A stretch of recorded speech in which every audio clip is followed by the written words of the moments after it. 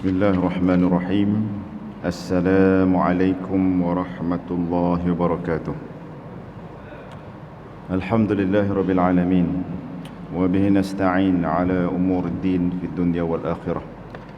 Asyhadu an la ilaha illallah wahdahu la syarika lah wa asyhadu anna Muhammadan abduhu wa rasuluh.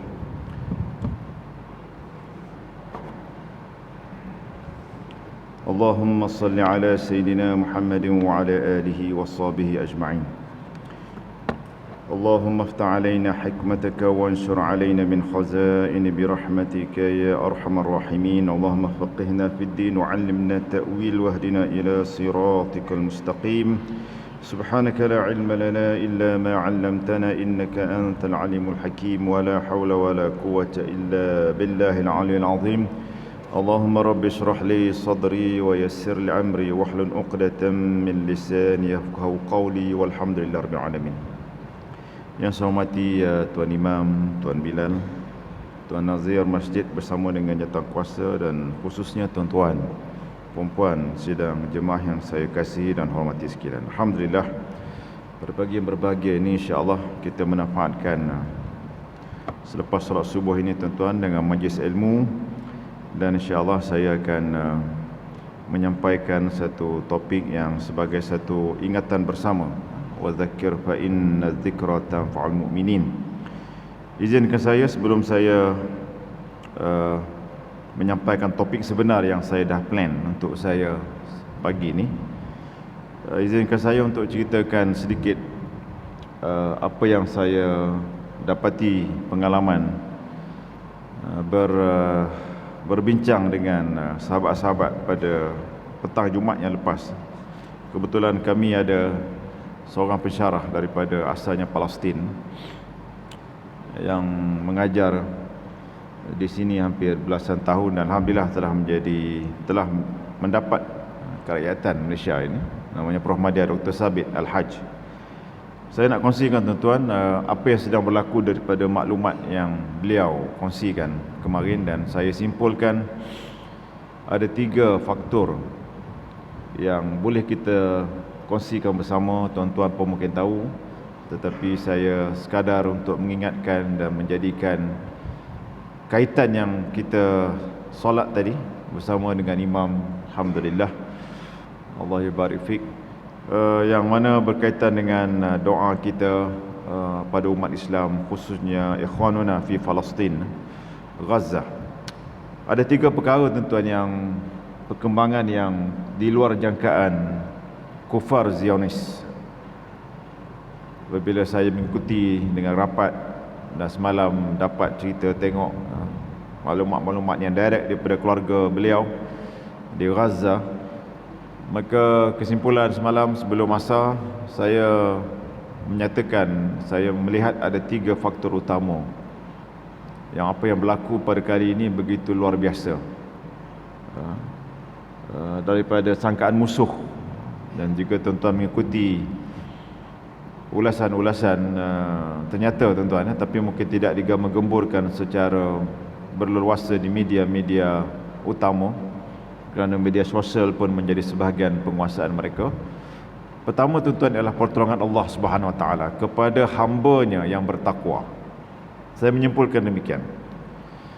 Pertolongan Allah ni tuan-tuan ialah pada hamba-hamba-Nya yang bertakwa, kerana kesabaran mereka. Disebut tadi pada rakaat pertama, ciri-ciri orang bersabar ni, alladzina idza asabatuhum musibatun qalu inna lillahi wa inna ilaihi raji'un. Itu di antara ciri orang bersabar, tetapi mempunyai satu kesabaran yang bukan rehat, bukannya down, tetapi sabar terus berusaha mencari ilmu Allah, mencari kekuatan daripada seperti yang kita baca dalam Al-Quran, kekuatan daripada yang Allah berikan daripada Allah. Sebab itu tuan-tuan Allah, di luar jangkaan apabila mereka menguasai ruang udara dengan radar dan sistem mereka, tetapi mereka tak ada ilmu di bawah, di dalam tanah. Orang Islam rupanya alhamdulillah tuan-tuan, apabila diberikan tekanan, hubungan mereka dengan Allah SWT itu begitu tinggi, tahap takwa mereka itu dapat dilihat dalam kesabaran mereka menghadapi ujian demi ujian. Orang Islam pun tak ramai nak tolong dan sebagainya, keliling kelalang ini. Namun hubungan mereka dengan Allah SWT itu telah menjadikan perkara-perkara yang seperti yang kita baca dalam Al-Quran. Jadi tuan-tuan rahmati Allah, hubungan dengan Allah ini cukup penting dalam kita menjauhkan segala dosa dan membuat segala perkara-perkara ketaatan kepada Allah berdasarkan akidah, syariat dan adab. Namun asasnya ilmu. Asasnya tuan-tuan ilmu. Knowledge is the first. Sebab itu tuan-tuan, mereka walaupun hancur library ke, kitab nak masuk pun susah, tetapi ilmu teras Al-Quran, Sunnah dan ilmu-ilmu yang mereka dapati dalam bentuk sanad, tuan-tuan, mereka diajar dalam bentuk-bentuk begini telah memberikan kekuatan nombor dua. Kekuatan nombor dua ni tuan-tuan apa dia? Iaitu satu ilmu yang dahsyat. Pada saya dahsyat tuan-tuan, kerana telah mengalahkan berjuta di sudut nilai kereta kebal itu. Kerana dengan bom-bom yang mereka buat, dengan ilmu yang mereka ada tuan-tuan, di mana beberapa nama yang pernah saya sebut, saya nak ringkaskan kuliah ni tanji panjang pula. Akhirnya ilmu itu telah menjadikan satu backfire. Backfire tu artinya ketika musuh datang ke depan, mereka tak sangka orang Islam boleh ambush daripada belakang, daripada tunnel-tunnel. Ini tuan-tuan mati Allah, faktor yang kedua ialah ilmu. Faktor kedua ilmu yang kita lihat mereka nak belajar pun susah. Mereka ambil PhD kat Malaysia ni tuan-tuan, balik untuk syahid. Balik untuk bukan semata-mata untuk, tetapi untuk berjuang mendaulahkan Islam negara mereka, dan mereka bersedia menawarkan nyawa mereka tuan-tuan. Jadi subhanallah, ilmu ini tuan-tuan dia kena cross semua sekali. Ilmu mesti digunakan untuk Islam. Ilmu mesti digunakan untuk Islam. Jadi dengan ilmu itu tuan-tuan, pergi poin yang ketiga, mereka mempunyai satu ukhuwah, ikatan. Kerana mereka dapat mengenal pasti siapa-siapa dia di kalangan mereka menjadi pengkhianat. Tuan-tuan dan mati Allah, munafikun ini akan berada sepanjang zaman sampai kiamat. Mereka dapat meminimumkan pengkhianat dalam kalangan mereka yang mewakili ejen-ejen musuh Yahudi Zionis. Sebab itu perancangan mereka berjaya. Subhanallah. Sebab itu tuan-tuan mati Allah, kita berdoa berterusan. Peranan kita ialah doa, menyumbang, alhamdulillah. Dan semua pemimpin negara Islam sekeliling itu terpaksa membuka ruang seperti Mesir, membuka pintu Rafah kerana dibimbangi rakyat akan bangkit jika mereka masih lagi tidak membantu umat Islam. Kita doakan tuan-tuan. Namun pada pagi ini saya pergi jauh sikit. Saya nak sebutkan tuan-tuan mati Allah, ada satu kitab yang mesti, minta maaf saya tak katakan mesti, sewajarnya. Kalau mesti nanti saya katakan macam satu paksaan. Tetapi dalam apa yang telah saya ajar dekat hampir 2 tahun tuan-tuan, ternyata satu kitab ulama bernama Al-Azkar Imam Nawawi. Saya bawakan yang terjemahan ni tuan, ikutkan berat ni. Ni berapa kilo ni. Tapi saya rasa cukup terharu dan hebat tuan-tuan, dan sentiasa berdoa supaya Allah memberikan rahmat kepada penulis pengarang ini, Imam Nawawi rahimahullah. Kerana ketika kami di tempat taman saya membacakan bab tentang zikir-zikir jihad, kitab ini tuan-tuan dia semua himpunan doa-doa. Doa-doa yang praktikal, doa-doa yang katakan on ground, yang kita kena amalkan. Dan doa-doa ini ilmu tuan-tuan, doa-doa ini zikir dan ilmu. Tetapi ramai mana umat Islam bersungguh-sungguh memiliki ilmu ini? Kerana mungkin itu saya akan sebut kemungkinan yang Allah sebut dalam Quran. Sombong, tuan-tuan, rasa dah cukup kerana ujian sedikit di dunia ini. Jadi ketika kami membacakan kitab zikir masa itu sedang berlaku 7 Oktober dan sebagainya, dan ternyata tuan-tuan mati Allah, zikir-zikir inilah yang disebut oleh Prof. Madya Dr. Sabit yang dibaca oleh pejuang-pejuang Islam di Gaza khususnya. Saya tak sebut apa-apa kaitan nama, tetapi saya kata pejuang-pejuang Islam. Tak kira namanya Qassam dan sebagainya. Kalau nak beritahu kita secara umum tuan-tuan, tidak ada alasan lagi kalau kita faham hukum jihad, kita taklah mampu sampai ke sana, kita belum tak mampu ke sana. Tetapi dengan doa, dengan simpati, dengan setiap hari mengikuti perkembangan ini tuan-tuan, kita kena yakin bahawa ilmu-ilmu yang ditinggalkan oleh Allah dan yang terdapat yang Allah jadikan dalam Al-Quran dan yang tinggalkan oleh Nabi Muhammad SAW ini dan diteruskan oleh ulama dalam bentuk ilmu-ilmu yang begini tuan-tuan, satu khazanah yang amat berharga. Amat berharga. Kerana disebut oleh Ramadan Dr. Sabit kepada kami kemarin, bagaimana dengan doa-doa yang kita anggap bahalah doa, tetapi itulah yang berjaya telah menghilangkan kesan radar-radar mereka yang akhirnya boleh menghancurkan kekuatan mereka. Mereka ada ilmu, tetapi dengan doa bersama doa. Sebab itu tuan-tuan, takbir ni kita kena tempat, dan memang bertakbir ni tuan-tuan satu perkara yang memang kita munajatkan pada Allah SWT. Sebab itu tuan-tuan Allah, pada pagi ini saya nak fokuskan setelah cerita pasal zikir-zikir jihad. Imam Nawawi tuan-tuan, Imam Nawawi dalam kitab Azkar ni, dia susun pula zikir-zikir musafir. Saya yakin tuan-tuan setiap hari musafir. Saya musafir lepas lagi tuan. Dan musafir ini tuan-tuan, saya mengira berapa hadis dekat sini, dekat hampir 100 hadis tuan-tuan. Nak ceritanya pesanan Nabi, sunnah Nabi SAW berkenderaan. Kebetulan pula dalam masa yang berlaku di Palestin, jiran-jiran saya tuan-tuan, beberapa orang Allah ambil nyawa dalam kemalangan jalan raya yang mengerikan. Tuan-tuan baca berita-berita di kemalangan ngeri di Serendah, dan saya tengok depan mata saya pokok tumbang di Jalan Uluyam, menghempap seorang wanita Islam. Saya stuck kat situ 2 jam lebih, kepala dan sebagainya.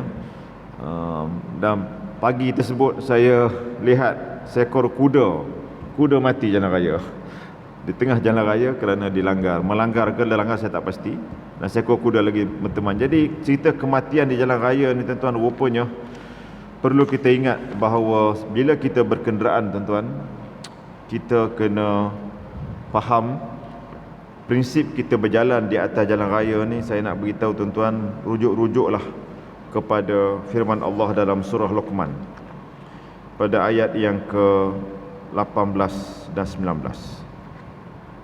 Saya mengumpulkan beberapa sunnah yang saya kumpulkan sebab saya pun, tuan-tuan pun, kita menggunakan kenderaan tuan-tuan, dan kita berada di jalan raya ni, di atas muka bumi ni, berjalan, berkenderaan setiap hari untuk menyampaikan ibadat-ibadat wajib kita ataupun tuntutan-tuntutan duniawi untuk ukhrawi. Allah kata tuan-tuan dalam ayat ke-18, a'udzubillahi minasyaitonir rajim, wala tusa'ir khaddaka linnas. Saya berhenti kat sini tuan-tuan. Maksud dia apa? Yang ini, janganlah kamu memalingkan wajahmu daripada manusia kerana sombong. Dan ayat berikutnya, wala tamshi fil ardi maraha, dan janganlah berjalan di muka bumi dengan angkuh. Saya ambilkan terjemahan yang standard yang diterima di peringkat JAKIM. Innallaha la yuhibbu kulla mukhtalin fakhur. Sesungguhnya Allah tidak menyukai orang-orang yang sombong dan membanggakan diri. Kita pergi ayat yang berikutnya. Cara bila jangan sombong tu macam mana? Allah beritahu kena buat apa tuan-tuan. Dia ada don'ts and do. Don't do this, tetapi buat ni. Ayat ke-19. Waqsid fi mashyika waghdud min sautik. Sederhanakan dalam berjalan. Fi masyik. Sederhana tu maksud dia apa tuan-tuan? Jangan terlalu cepat, jangan terlalu lambat. Jangan overspeed, jangan too slow. Kat negara tertentu di barat tuan-tuan, kalau tuan-tuan slow, siap, polis dia saman kita. Jadi kena sederhana. Khairul umuri awsatuha. Kaedah dia tuan-tuan. Wa ghadud min sautik, dan suara ni kena rendahkan tuan-tuan. Nak ceritanya memang kita marah ke tapi sabar tadi. Sabar itu menahan. Kenapa? Inna ankaral aswati la sautul hamir. Kerana seburuk-buruk suara ialah suara keldai. Allah bagi gambaran yang jahat. Baik. Saya ambil beberapa pandangan tafsir seperti Qurtubi dan saya rumuskan tuan-tuan. Nak cerita inilah satu adab. Adab dan juga satu petunjuk Allah Subhanahu Wa Taala. Dan juga satu perintah Allah supaya kita tidak sombong, angkuh kerana sedikit yang Allah beri ujian kerana kelebihan nikmat berkenderaan ke kedudukan, maka kita telah nyombong pada orang lain, termasuk makhluk lain. Saya tak perlu berikan contoh, tuan-tuan pengguna jalan raya kita tahu.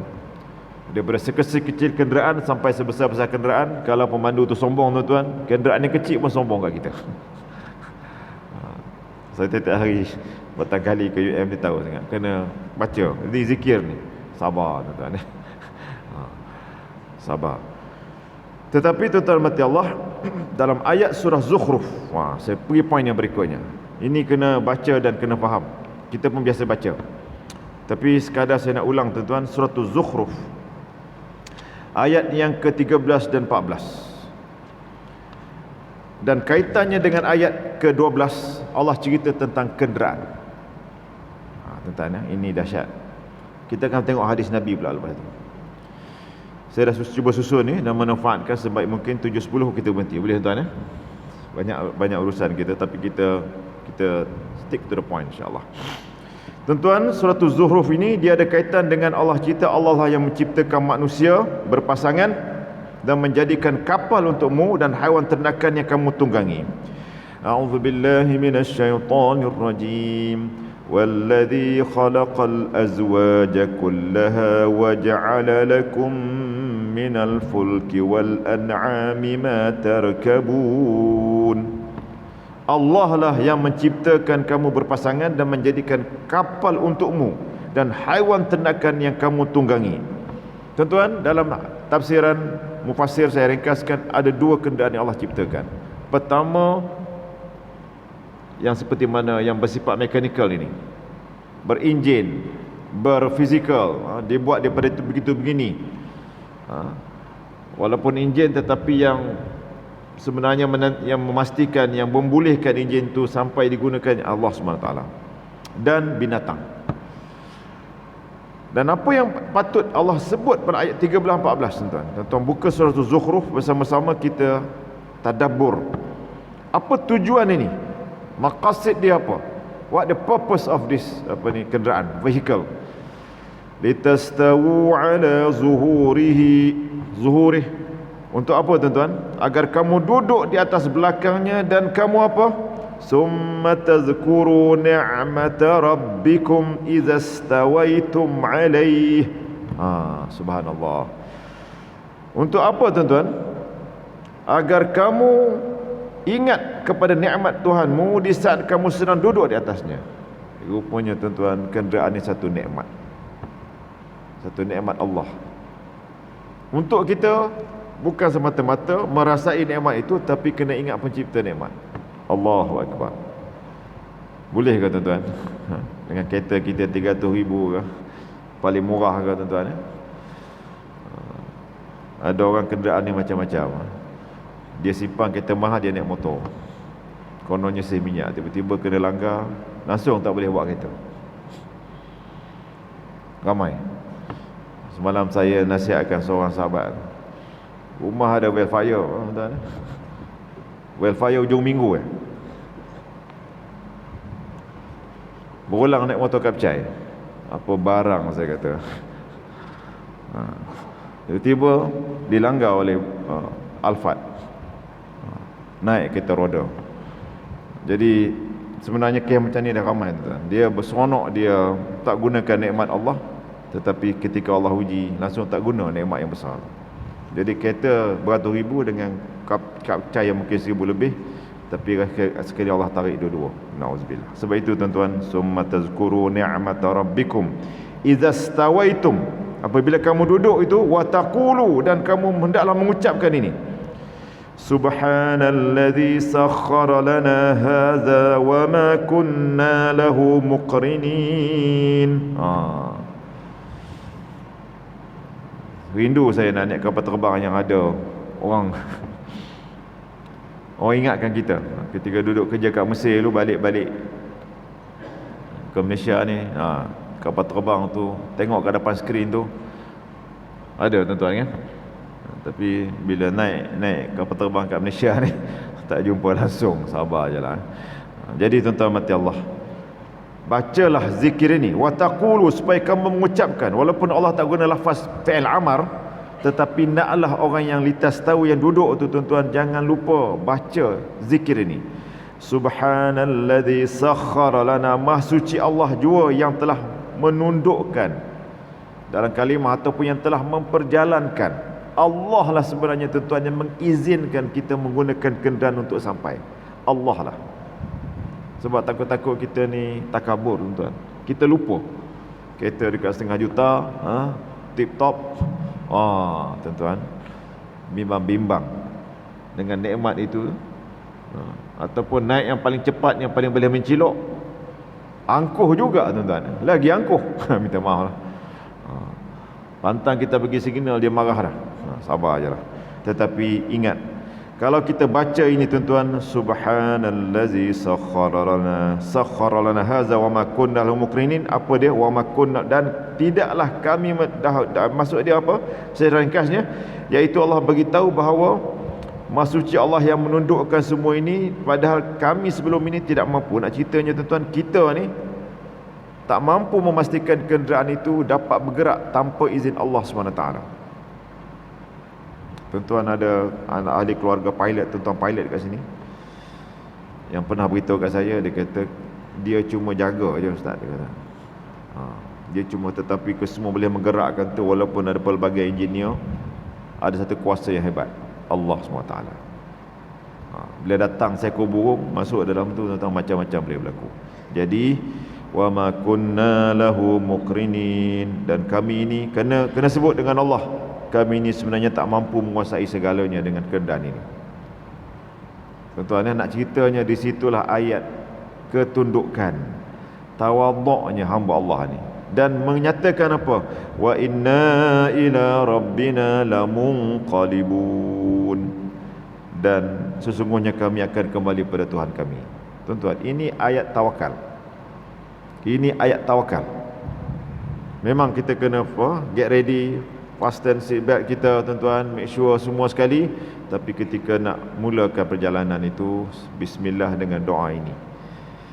Sebab itu ringkasnya tuan, saya terus pergi poin yang berikutnya. Dalam kitab Al-Azkar, satu topik besar tuan-tuan tentang bab musafir, dan disebut oleh Imam Nawawi dalam muqaddimah ini, bagaimana dia kata musafir ini menjadi ibadat. Ibadat tuan-tuan. Musafir ini bukan cukup 2 berhalah saja.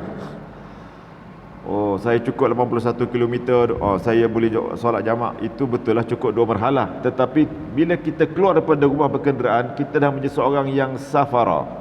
Keluar, safiru, kata nama noun.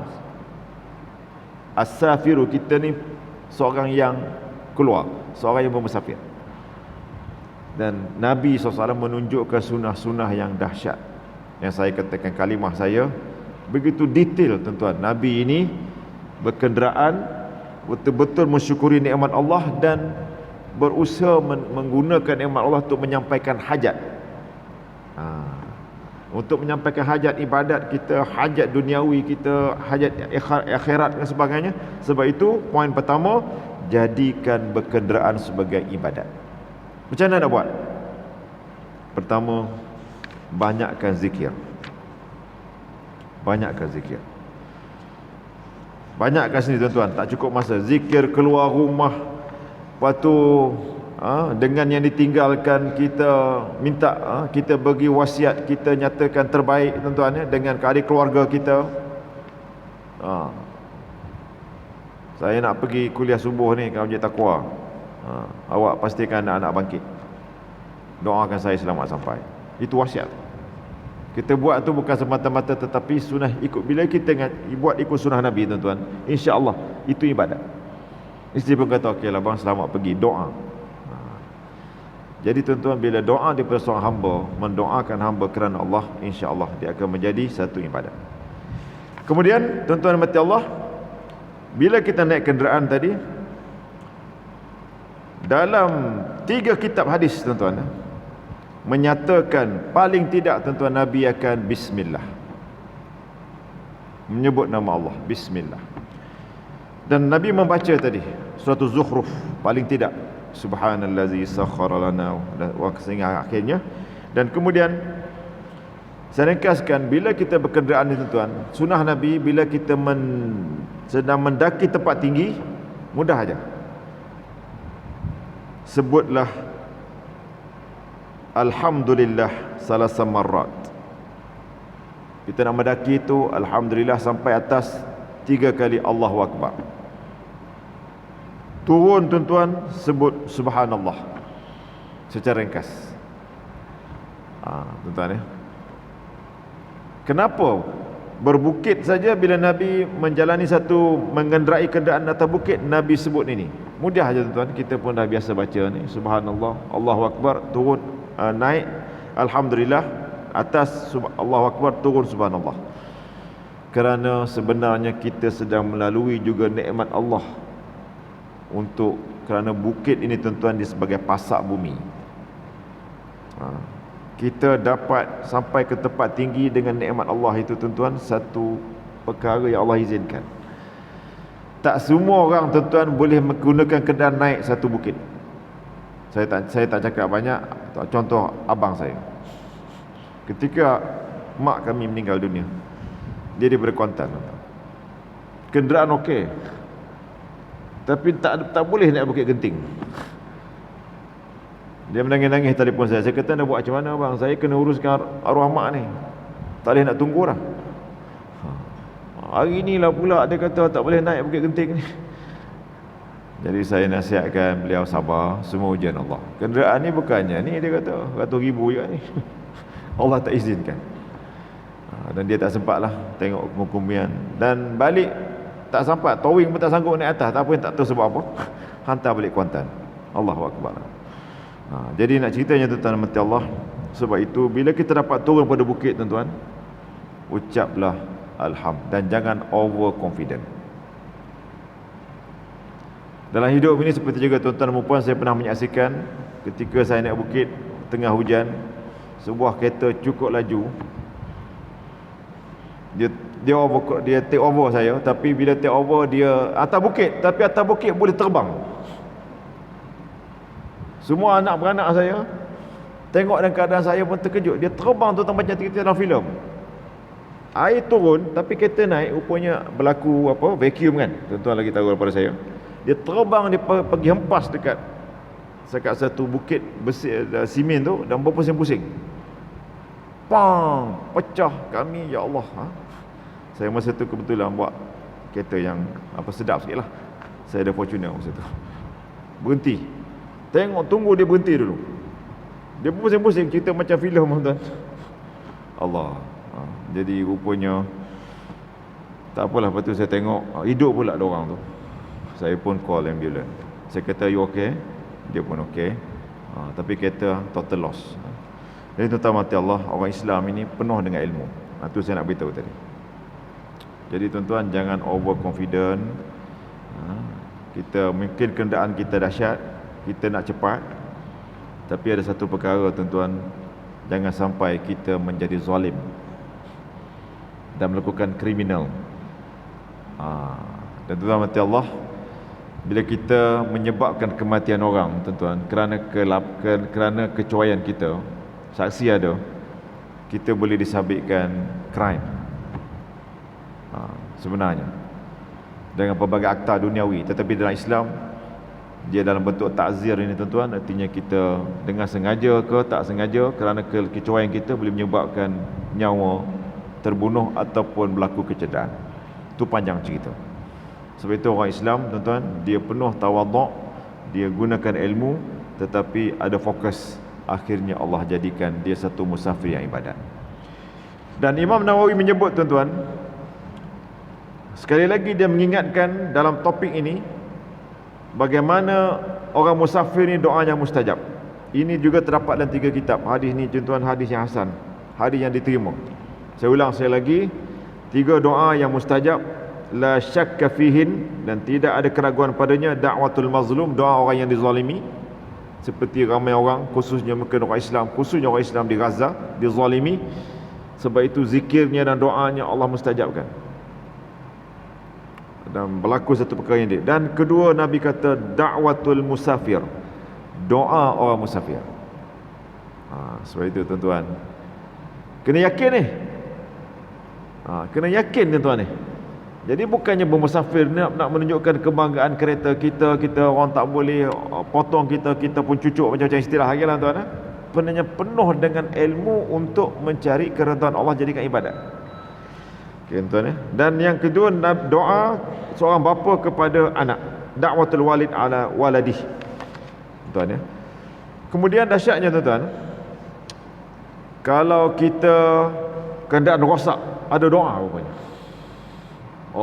Dahsyat ni ustaz. Betul lah saya kata dahsyat ni. Sebab tu kita tak tahu, betul lah kita kena prepare semua sekali dengan lampu lah, beli tu beli ni, tapi lupa doa. Ada, tuan-tuan, doa kenderaan rosak. Itu panjang cerita lah, dah pukul 7 ni. Tapi nak ceritanya ada doa rosak. Lepas tu, tuan-tuan, bila kita pergi musafir, kita jumpa satu mukim, tempat penempatan, kita nak singgah, itu pun ada doa. Nabi sendiri berdoa, tuan-tuan. Itu sabar dulu. Dan yang menariknya, tuan-tuan, dalam bab 17, ini ramai gelak, Imam Nawawi tulis zikir ketika melihat hantu. Masa tu jiran depan saya, gelak jiran saya. Saya kata pergi ambil kitab tu sekarang, jangan jalan malam-malam, saya gelak tu. Pergi ambil Tuan Haji, saya kata. Dia pun ambil. Ada ustaz, muka surat 386. Jadi hantu ni ada ustaz dia kata. Saya kata jin yang ada.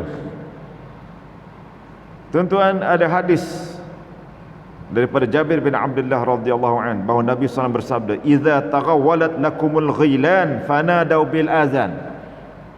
Apabila syaitan menampakkan diri kepada Tuhan ketika khususnya kita bermusafir ke, yang kita takut, tuan-tuan, kan, maka kumandangkanlah azan. Sebab itu, tuan-tuan, cakap pasal talking about hantu ghost ni, orang Yahudi pun kata ada ghost. Saya tengok video lah, pandangan-pandangan tentera, general Jews, dia kata there are many ghosts. Orang Hamas ni ada ghost pula. Bukan nak ceritanya, tuan, bukanlah, tapi nak ceritanya strategi. Tetapi ketika musafir, tiba-tiba datang makhluk-makhluk yang macam ni, tuan-tuan, daungkan azan. Ini sunnah Nabi SAW. Azan ni begitu hebat. Saya, pengalaman saya macam-macamnya, tapi nak ceritanya bila balik lewat dan sebagainya. Tuan-tuan pernah dengar satu tempat Bukit Putus tak? Kayak Kuala Pilah. Ada, tuan-tuan. Sekarang ni dah tak putus dah. Sekarang ni dia bersambung, alhamdulillah. Tapi macam-macam, tuan-tuan. Kena sabar. Banyak zikir situ. Allah nak uji sikit. Tapi insya-Allah dengan zikir ni laungkan azan. Kalau nampak Allahu Akbar, jadi okey, boleh tak saya nak dengar radio? Nak ni letih ni, nak dengar sikit ni, lawak-lawak ke Ustaz Zaidrus ke, nasyid-nasyid. Rupanya, tuan-tuan, Imam Nawawi kata boleh. Ada satu topik tentang bagaimana kita kena singgah bermusafir, kita juga boleh mendengar syair-syair yang tidak meletihkan. Boleh kalau nak mendengar hiburan-hiburan yang menenangkan. Harus balance Islam ni ustaz, memang balance. Dapat hantu pun ada doa, boleh kalau nak dengar-dengar, tapi jangan lupa Allah SWT. Dan ketika dah sampai satu tempat, tuan-tuan mati Allah, sebut alhamdulillah. Simple aja, tuan-tuan, Islam ini mudah. Tapi kita yakin tak kita dah sampai ni? Alhamdulillah, alladhi sallamaka. Nabi kata, ucapkan Allah yang telah menyelamatkan kamu. Alhamdulillah pun cukup tuan-tuan ya. Jadi sebab itu tuan mati Allah, ketika balik dalam peperangan, ketika balik pulang menunaikan umrah, ada beberapa doa yang berterusan.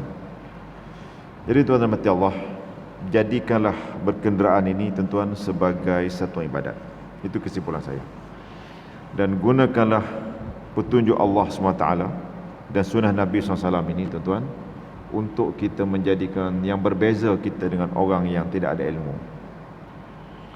Dan kita kena banyak sabar, seperti yang dibacakan oleh imam kita tadi dalam rakaat pertama. Kena banyak sabar untuk kita menyempurnakan satu musafir bagi satu tujuan yang baik. Dia baru jadi musafir kerana Allah tu bila tujuan tu baik. Kena betulkan tujuan itu supaya dia jadi baik, walaupun nak pergi makan dan sebagainya. Tetapi ingat bahawa kesemua itu kita menikmati nikmat Allah berkenderaan. Tak kira besar ataupun kecil tuan-tuan, tak kira nak save ataupun nak rasa nak nikmat, tapi ingatlah itu hanya sebagai satu alat. Sebab itu tuan-tuan mati Allah, apabila alat ini digunakan untuk baik tuan-tuan, dia akan menambahkan kebaikan. Saya bagi motivasi bagaimana Nabi kata, kenderaan yang kita guna untuk ke masjid, ke ibadat tuan-tuan, dikira setiap tapak. Kalau kenderaan tu beroda, kata ulama, dikira setiap pusingan roda Allah tuan-tuan. Jadi kalau rasa jauh tu, naiklah kenderaan. Kalau jalan kaki tuan-tuan kena 1 jam jalan kaki, naik kenderaan untuk mempercepatkan kita sampai bagi melaksanakan pelbagai ibadah di rumah Allah. Dan setiap itu dikira. Jadi bila mana dikira tuan-tuan, dia akan memberikan kebaikan kepada ibadat, memberikan kebaikan kepada hidup. Jadi tuan-tuan, elakkan daripada kita menjadi zalim di jalan raya, berasa angkuh, tetapi lebih beradab dan bertimbang rasa. Dan yang kedua tuan-tuan, jika ditakdirkan kita menjadi mangsa, seperti yang saya dapat tahu daripada arwah jiran saya, dia balik tengah hari itu daripada klinik serendah, dan dia ni saya pernah naik kenderaan beliau, dia menghantar kami ke stesen KTM Nerawang. Cukup teliti dalam hidup dia, tapi nak jadi Tuhan, dia dilanggar dengan isterinya. Dia meninggal di situ. Isterinya alhamdulillah walaupun cedera parah tapi dah recover. Jadi ketika itu tuan-tuan kena bersabar, kena menerima ujian ini, dan moga-moga itu menjadi mati syahid kita. Kerana kita tidak zalimi, kita tidak zalim, tapi kita dizalimi. Nak buat macam mana tuan-tuan kan? Jadi itu sebabnya lah, kalau ini keadaan, kita berserah pada Allah SWT. Akhirnya tuan-tuan, inilah beza Islam dengan yang bukan Islam dalam berkenderaan. Kadang-kadang orang bukan Islam, dia ada asas-asas very civilized. Tetapi mungkin bezanya kita lagilah pula hubungan kita dengan Allah SWT. Semoga ada kebaikan tuan mati Allah. Sedikit yang saya sampaikan, walaupun tuan-tuan mungkin dah tahu, agar ada kebaikan kita amalkan supaya berkenderaan pun jadi ibadat, insya-Allah. Wallahu alam. Mohon maaf di atas kekurangan. Saya berhenti kat sini 5 minit awal, boleh tuan-tuan? Subhanakallah wa bihamdik, asyhadu an la ilaha illa anta, astaghfiruka wa atubu ilaik. Bismillahirrahmanirrahim. Wal 'asr. Innal insana lafi khusr illa alladhina amanu wa 'amilus solihat wa tawassaw bil haqq wa tawassaw bis sabr. Allahumma ihdina as-siratal mustaqim, siratal ladzina an'amta 'alaihim minan nabiyyin was-siddiqin wasyuhada'i was-salihin wa hasuna ulaika rafiqa. Allahumma ij'al jam'ana hadza jam'an marhuma wa tafarraqana min ba'di tafarruqan ma'suma. Allahumma rabbana atina fid dunya hasanatan wa fil akhirati hasanatan wa qina 'adzaban nar. Walhamdulillahirabbil alamin. Wallahu alam. Assalamualaikum warahmatullahi wabarakatuh.